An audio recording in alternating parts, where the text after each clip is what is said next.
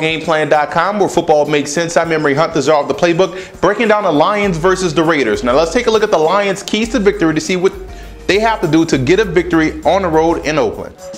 When you look at Detroit's offense, you have to love what they bring to the table in the passing game. They have outstanding wide receivers, 2 excellent tight ends, and that puts a lot of pressure on the defense. Now, where they can attack the Raiders is down the hashes, down the middle of the field. The Raiders struggle in covering tight ends. They struggle in covering big wide receivers. So if the Lions are going to have some success throwing the football, it will be on the interior, getting Calvin Johnson the football and those tight ends the football as well. Now, in the running game, I look for these guys to try to get some balance going. They're going to run a little bit off tackle. They're going to run a lot of draws and screens. That's their type of running game that they use in order to set up their pass. Now, defensively, when you look at the Lions attacking the Raiders, they have to stop the run first. All hands on deck. If I were the Lions, I would play up on the line of scrimmage to ensure maximum coverage versus the run. The linebackers will be in the gaps. They will be taking these guards head on to stay active at the line of scrimmage, because if Michael Bush is back there, he's not the type of guy to be agile. He loves to take a lane and hit it. So if they force the issue and force him to be quick, they're going to get him in the backfield, and that's going to put the Raiders in backed up situations to where the Lions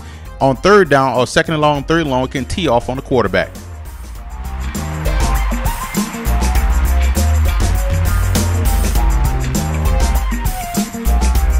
Look at the Raiders' keys to victory to see what they have to do to stay on pace for the AFC playoffs. When I look at the Raiders' offense and I think of ways how they can attack the Lions, it's strength versus the Lions. They have to run downhill. You want to take advantage of Ndamukong Suh's first game back from suspension. If they can do that, they can have their way with this Lions defense, because Oakland's offense is all predicated on how well the running game does. If they can't run, they won't be able to operate off play action. They'll get off the field on third downs, and then they'll find themselves in backed up situations where they're going to have to throw more times than they want to try to win a ball game. Especially with the receivers being injured right now, Oakland really needs this running game to prosper, and they have to run downhill at Ndamukong Suh.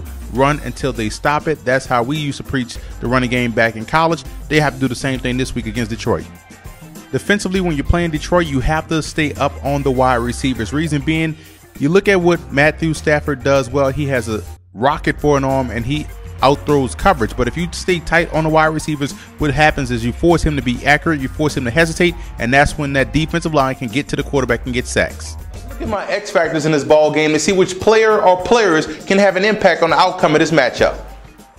X factor for the Lions has to be the tight ends. You know how much I love tight end play, and if Detroit can get these tight ends involved in the game early, watch how easy it'd be to get Calvin Johnson the football downfield. Raiders X factor has to be third down defense. If you can't get Detroit off the field, they can score points in bunches. They have to get these guys off the field on third downs.